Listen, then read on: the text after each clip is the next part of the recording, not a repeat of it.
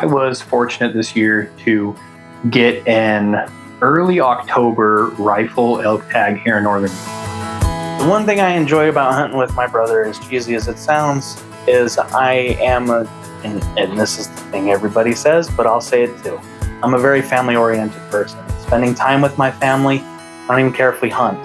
It's the time. I enjoy not only doing my favorite sport, but the family time. Now, this is just the general season here, which means I'm competing with hunting pressure. I'm competing with lower density elk numbers.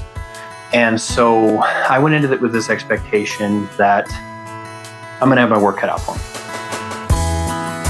I got in and did some scouting in the early season and in August to probably early September.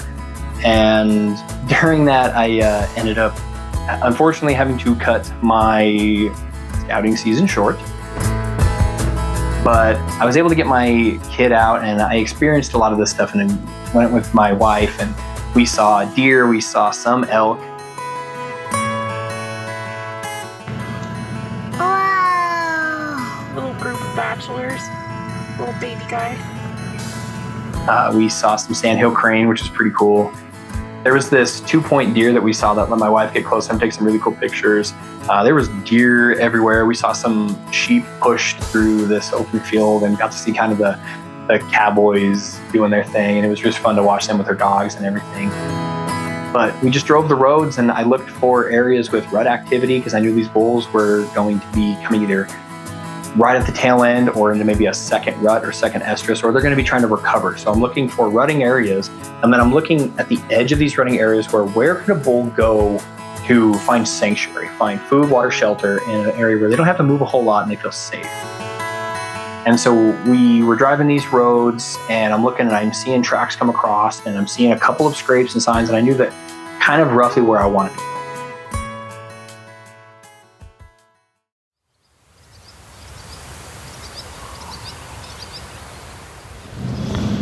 Today is October 4th. It's the opening day of our general rifle elk tag. Got little man in the back here. You say hi? Hi. What are we doing today? What are we hunting for? So day one, I went out with my son and it was snowing and it's windy and there's just fog. So I couldn't really get him out of the truck and do any looking. I had a hard time looking from the truck due to the fog layer.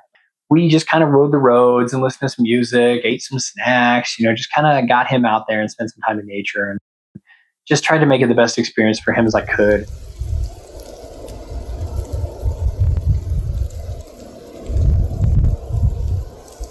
So it's about 3 p.m. now, and visibility, as you can see here, is really starting to go down. I got about maybe 100 yards on a good shot that I can actually see from up here.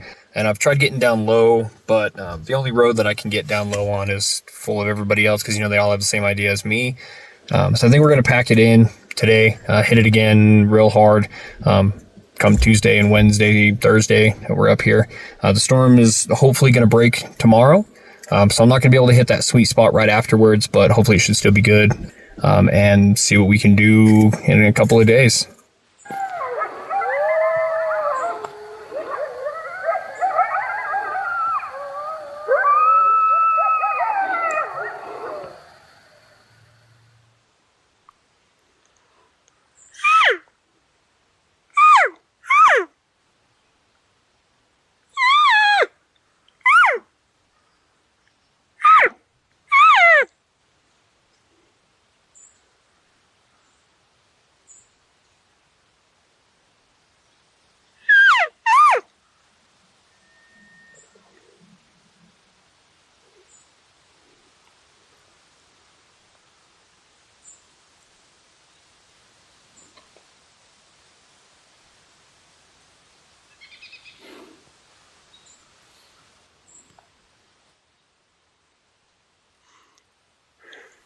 I hiked in here this morning, a little bit before the sun come up. Still frozen from that storm that blew through a couple of days, and I come up to this timber edge, and I got some tracks that I'm kind of following right now. I got a bull that was bugling down in this timber over here in front of me. He seems to be moving kind of down canyon towards this private land.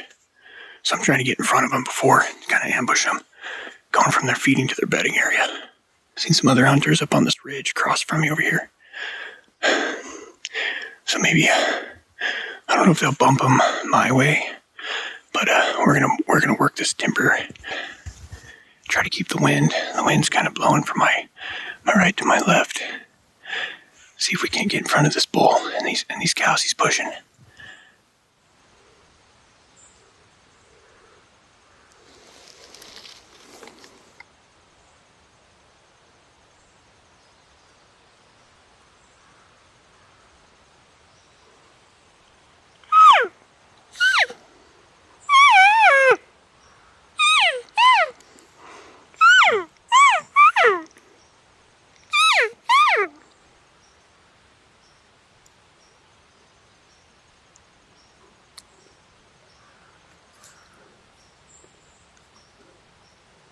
I'm still working this game trail. I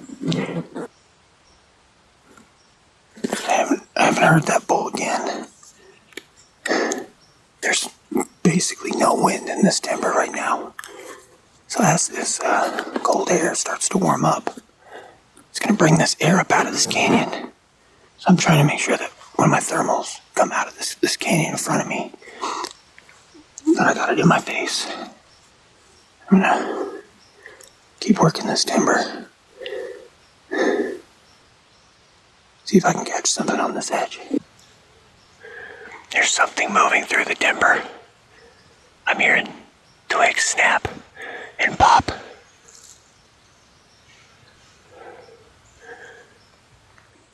Well, I figured out what was snapping through the timber.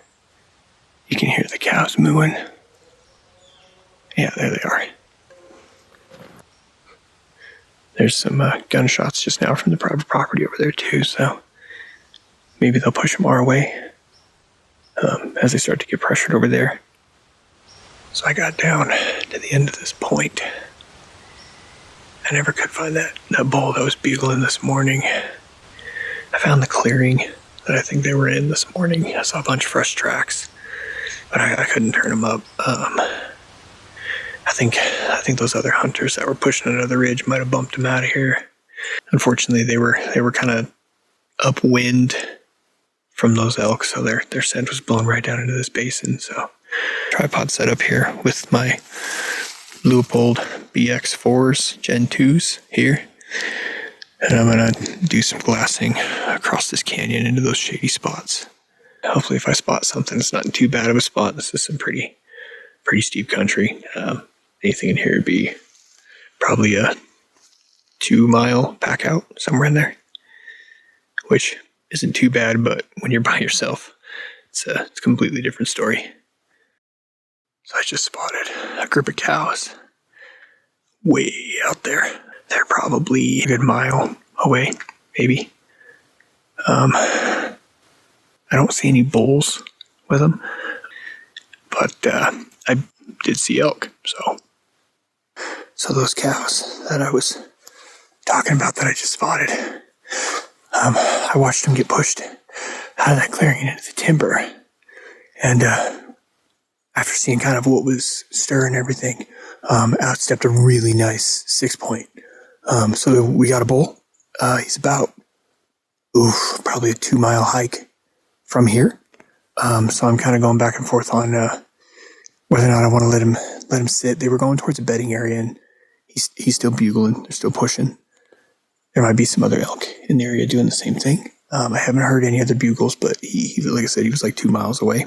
I got some shaky spotting scope footage of him because he's just so far away. It was hard to keep focused and keep track of him at that distance. I'm going to go see how bad it's going to be to make a move. I might hunt my way back up to the truck, drive around this big basin I'm in right now, get to the other side, and then make that 2-mile trek through the timber, see if I can't slip in on him. So I hit the top of this ridge, and I'm working my way back to the truck, and catch some movement across canyon, like way across canyon over by where I seen that group of elk that I was trying to get around the basin on. And you can see way off over there is some hunters right there on horses. But I think I'm going to not pursue that direction. I don't want to compete with the horses. We're going to go find some different elk, hopefully, to get on.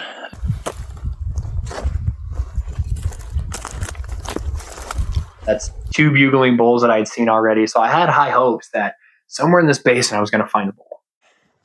I'm seeing a sign. It looks like I got some tracks, some droppings, and then there looks like some night beds. These open clearings like this, these elk will bed here at night because it gives them better sight lines so that predators can sneak up on them, anything like that. So if you see these beds in the middle of the clearing, but you don't see them here during the day, that's why. And I get to the other side, and what I see on that far canyon is just orange on every point. So kind of what I figured is that's where the hunters were going to be. I predicted they were going to be there. And so I'm trying to play that edge where I'm hoping they bump something or they pressure the elk, and the elk are going to come away from them and towards me. I do this big loop through, and I'm going real slow through the timber, and I'm still hunting these little pockets where I found on X that there were sanctuary zones where these bulls would go to recover from rutting, and they had the food water feed right there. They don't have to move more than 100 yards, and it's micro terrain, that's just big enough to hide 1, maybe 2 elk. But I'm still hunting through those, and I saw a lot of sign, but I never actually saw any bulls. So I get back to my truck, and I decide to come up with another game plan for that evening, refuel and get some rest, drink some water, and kind of recharge from that morning's hike. And I decide that on the other side of this ridge, there's a point where these canyons kind of meet in this bottom.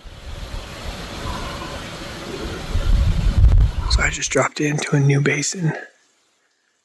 And there's like a couple of canyons that all come together.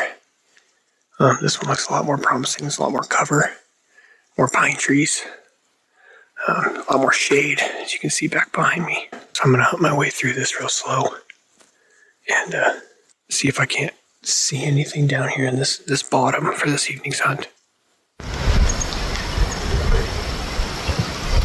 I'm seeing some tracks. I'm seeing signs of elk, and I'm seeing what looks like spots where the elk could go from bedding on one side to feeding on the other, and they never really have to leave the timber. You have to get down into the timber to see the elk. You can't see them from any road or any point because they can do everything they need from inside the cover of the trees.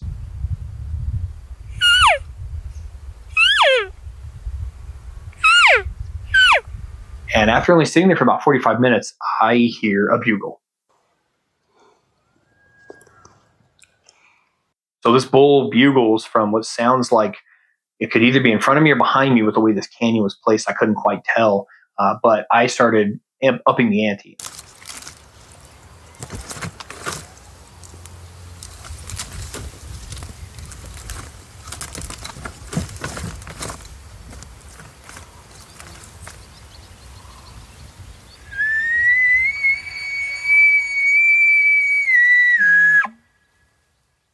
I'm making scrapes, I'm making bugles, I'm cow calling. I'm trying to get this bull to come investigate, or maybe one of the satellite bulls to come investigate what's going on. Well, nothing came into this little bowl to my calls. I sat there for about 2 hours, and I'm starting to lose light. So while I still have a little bit, I'm going to hunt my way back to the truck. There's a couple of canyons on the way back that looked pretty good that I walked by.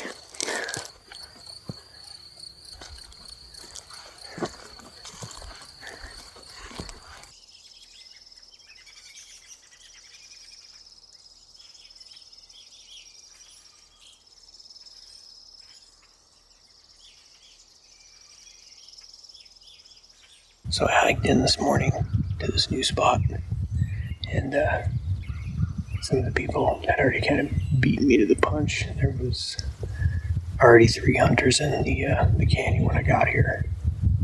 So what I'm doing now is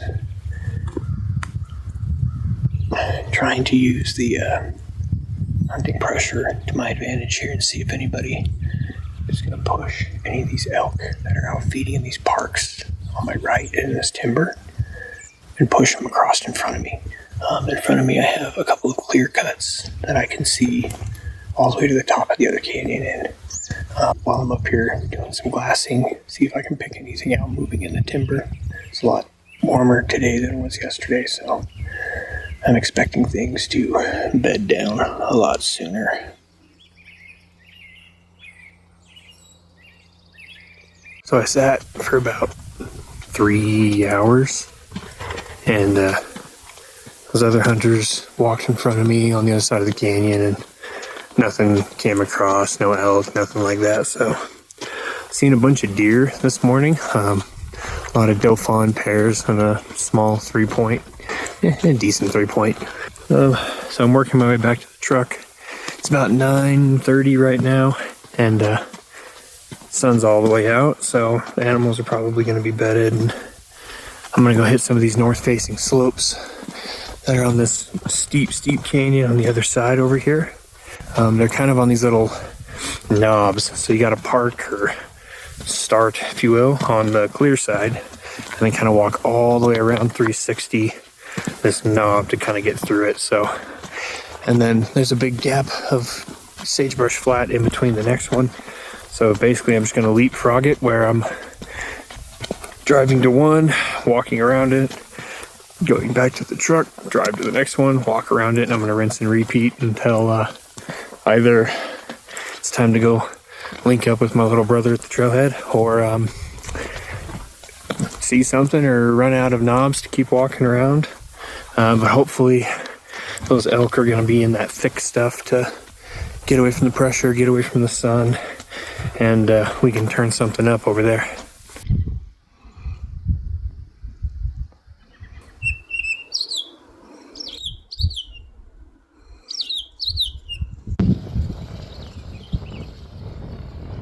So I'm kind of quietly moving back down through the timber to hit the other side, and I come up on this tree where something has dug out underneath right here and made a bed underneath this juniper.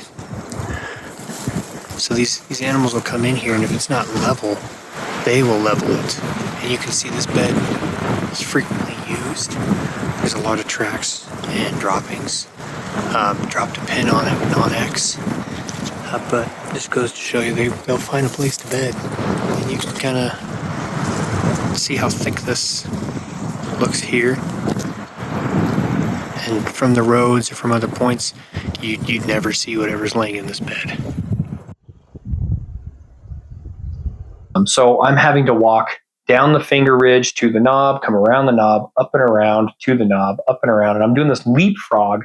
And when I get to that second or third knob, I hit a beautiful bedding area. There's old sign, there's fresh sign. I can smell the elk. I know they've been in there within the last 24 hours. I'm standing in what looks like an old bedding area.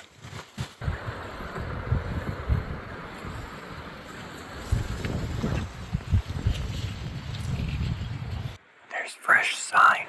They're definitely still using this bedding area.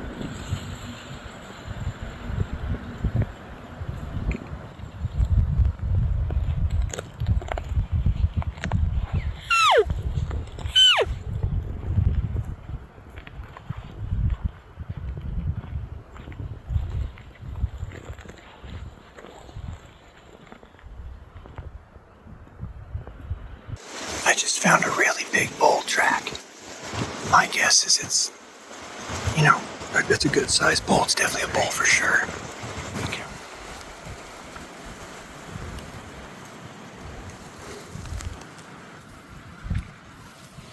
Four knuckles wide, 4 knuckles long. And the tracks keep going back and forth through here. So this is a frequented trail. So I spent the afternoon glassing there, and I spent hours behind the glass, never saw anything. So it hit that point where I had to come off the mountain and meet Brandon. And so I backed out of that area, trying to be as careful as possible, knowing I'm going to go back there the next day. it's getting close to my time to turn around, so I'm going to pack up and I'm going to hunt my way down this canyon in front of me and see if maybe changing the angle, seeing if I can snag something. But I do need to start working my way back. Depending on what we see this afternoon, I'm definitely going to be back in here tomorrow morning to see if I can turn anything up, maybe hit it from the other direction, working kind of north to south instead of south to north like I did today. See if that changes anything. There's definitely a lot of sign in here, but this is definitely something that I should continue to hit. Haven't seen any people over here. I can see the road from where I'm at, but people are just driving right by all these canyons. They're not even stopping to look at them or walk up in here. So I've got all of these basically to myself. I'm gonna pack up and start hunting my way down this canyon and out the bottom. So it is 3:45 right now. I just linked up with my little brother, Brandon, and we're going to push this timberline down here, kind of hitting these north face slopes, doing some sporadic cow calling, see if we can get anything to sound off inside all this dark timber. When we hit the end of the finger ridge, we're going to kind of camp out there, see what comes out feeding in the evening time, and then slowly work our way back up to the truck. As we were walking along, we came into some spots that we were pretty suspicious about like any animal inhabitants. And so we started glancing down, and that was when we saw tracks for an elk. We knew something had to be close. A group of elk had to be somewhere around here. I thought I heard like that grunt.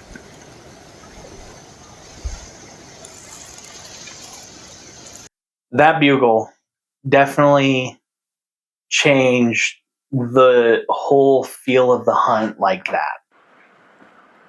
Yeah, we're gonna break out onto the point here soon.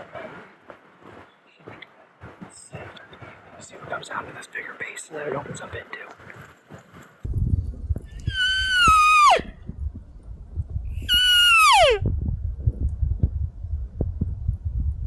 We start scanning around. We're at this point where we really felt like we were going to see elk, and just nothing for 40 minutes. We knew they were in the area somewhere. Maybe they smelled us or something, but we just never saw those elk. Never heard any gunshots, so I don't know where they went. But we decided to back out, head back up to the truck, and hit it again the next day. Oh, I was just thinking, like, we got up that hill, and this one. And then I got really lucky because guess what? There's another one. Wrapping up day 2. Saw a lot of sign. Didn't see any elk. I'm coming back out by myself tomorrow morning, and Brandon here is going to join me same time again. I don't know if I'm going to come back to this area. There's a lot of hunting pressure. There's not a whole lot of sign to keep me interested with the hunting pressure. So we're probably going to try something else in the morning. Tomorrow's the last day. So, last day is better than the first day. Yeah. See if we can make it happen. I have high hopes that we'll see one thing. One thing. Maybe an elk, maybe a deer. Just one thing.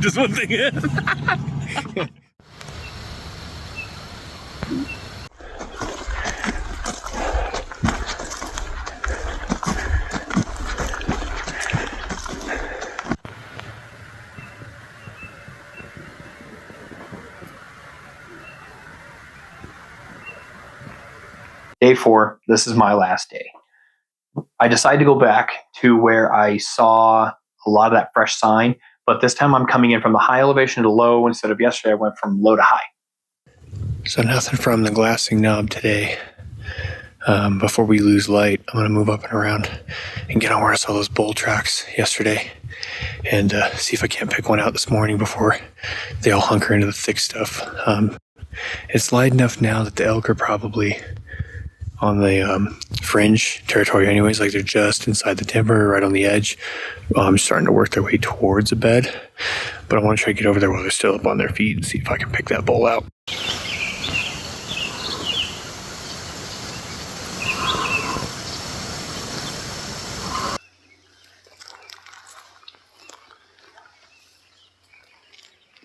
There are elk tracks all through this canyon.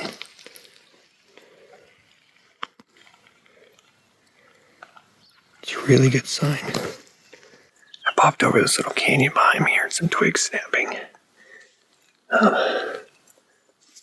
Everything looks like it's heading down canyon. So I'm going to keep pushing around and see if I can get across from them and look back in. It didn't sound a lot like a herd. So if it was elk, it was just one.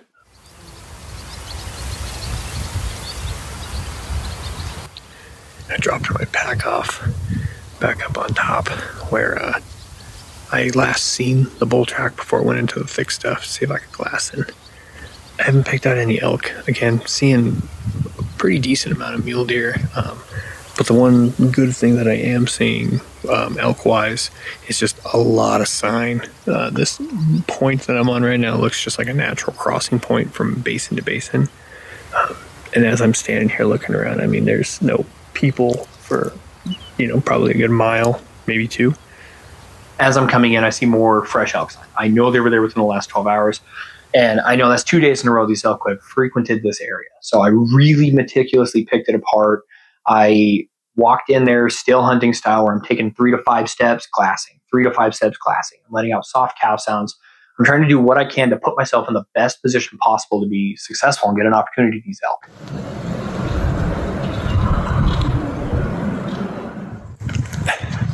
This terrain is steep and it's rugged. But one thing you got to remember is if you look at a spot and you say, man, I don't want to go down there, that's exactly where the elk want to go. Pressure is one of the biggest deciding factors when it comes to staying alive during hunting season for elk. They can find these little hidey holes, they'll find feed, they'll find water, but they want to try to get away from all of us hunters. So if you're looking, you got to think like the animal. You got to look at a spot and figure if a hunter can easily get to it, you don't want to be there. You want to look at these spots that are off the road or overlooked. Like this canyon I'm in right now with all this elk sign. It's not necessarily the farthest away, but it's steep and it's one of those canyons where you can kind of see it from the road. And so when people drive by and they glass just these little sections of it, they think that, they don't see anything, there's nothing there. Not realizing that about 80% of the canyon you can't see from a road, and the only way to see is to come in. And not only that, once you're in, you can only see across one canyon. To see across the next, you have to run that ridge line, get around, and look into each one. So you have to get directly across from the brush to see into it. Give you an idea of what I'm talking about. If you look inside that timber, if you're looking across from it, it looks open. That looks like an open hillside with shade. But from the road, that looks like a wall of trees. You can't see anything in there. And then as you're walking around, always check behind you. A lot of these animals will hunker down in these safe spaces and they wait for you to walk by. And then they either will sneak out or sometimes just stay put. But they will actually let you walk right by them. So it's not so much, the animals that you see running away. It's the ones you don't see running away. Those are the ones that you're trying to catch when you look behind you as you come around these basins, as you come around these finger ridges. So it's helpful to about every, 50 to 100 yards, I usually just stop and glance over a shoulder real quick. I spotted a mule deer last year that my little brother and I got in on, and unfortunately I missed, but that's how I spotted him, is we kind of went past, and I turned and looked over my shoulder, and that's when I picked him out. He was going to let us walk right on by. What I'm looking for is these little hidden pockets where it's not necessarily a north-facing slope in general. They're kind of a east, northeast, sometimes northwest general-facing slope. But then what you find is you have these structures, either these micro-terrains or the trees, rocks, stuff like that. that cover from the sun, and basically they make your north face. So some of these animals will go into there during like a late morning bed. Sometimes the sun will kind of peek around and it only gets half sun.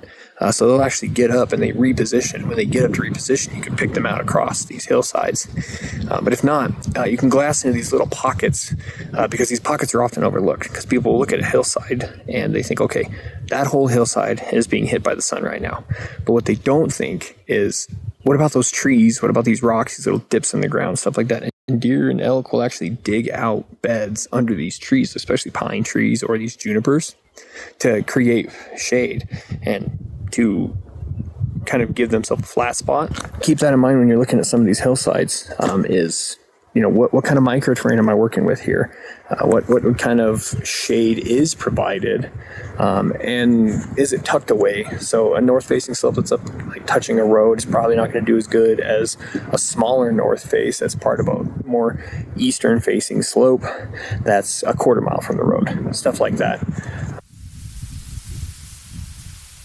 So I made it to the other side of this little basin, the Finger Ridge, to look into this other basin. And it is hot today. I got the sun beating me in the face right now so that I can make sure that what I'm looking into is shadows. Man, you sit on these rocks like this to glass and just cook. So I really don't expect to see anything not in the deepest, darkest, shadiest, coolest location it can find. I'm going to just kind of sit here and keep changing my angle a little bit, see if I can look through this brush and try to pick something out in its bed. And here in a minute, I'm going to hunt my way back to the truck and go link up with Brandon. So I link up with Brandon and we decide to make this big loop around. And what we're going to do is we're going to hit these points from the truck. So we're driving any and every 2-track, any and every road that we can find where I can get to a point, I can do some glassing. So this is an often underutilized or almost mocked, strategy, but it's kind of like road hunting. It's just, instead of expecting to see something with my eyes or from the road, what I'm doing is I'm traveling to these major glassing points, and I'm glassing anywhere from a couple hundred yards to a couple miles away. So I've seen a lot of big deer and big elk, and I've taken my personal best elk, deer, and pronghorn using this method, where you spot them from like a long ways away, and then you close the gap. You make a 2-mile stalk and, harvest that animal and hike them back out. So I tend to recommend this to a lot of newer hunters that just aren't familiar with areas or never really hunted out west, but it's a really good method to use, and I highly recommend it. We finally get to the top of this area. It's like the highest point, and there's 2 ATVs sitting there. And the first thing, we didn't even say hi to them yet. And the first thing is, "You guys brought a truck here?" You guys I wouldn't dare take mine.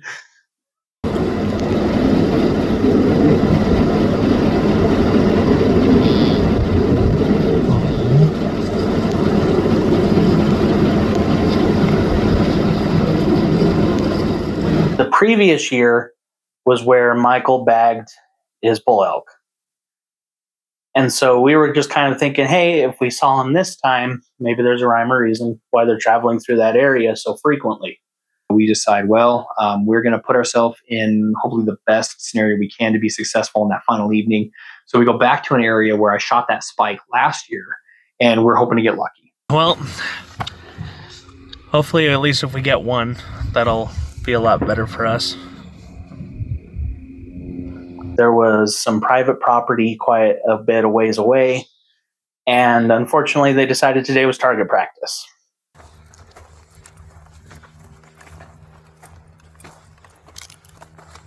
Going down the road and I'm loading up. And there's just enough sunlight to kind of get a good look still, see what's coming, gives us a nice 30-minute window to really look around and hopefully hear or call something in.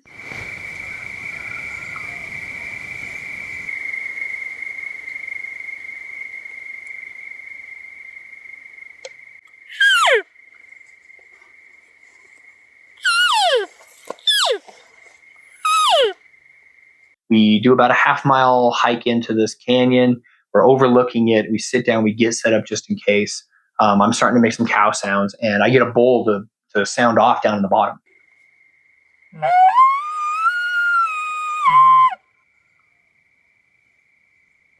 So we sit there and wait him out, and we're hoping he comes out, and unfortunately he never did.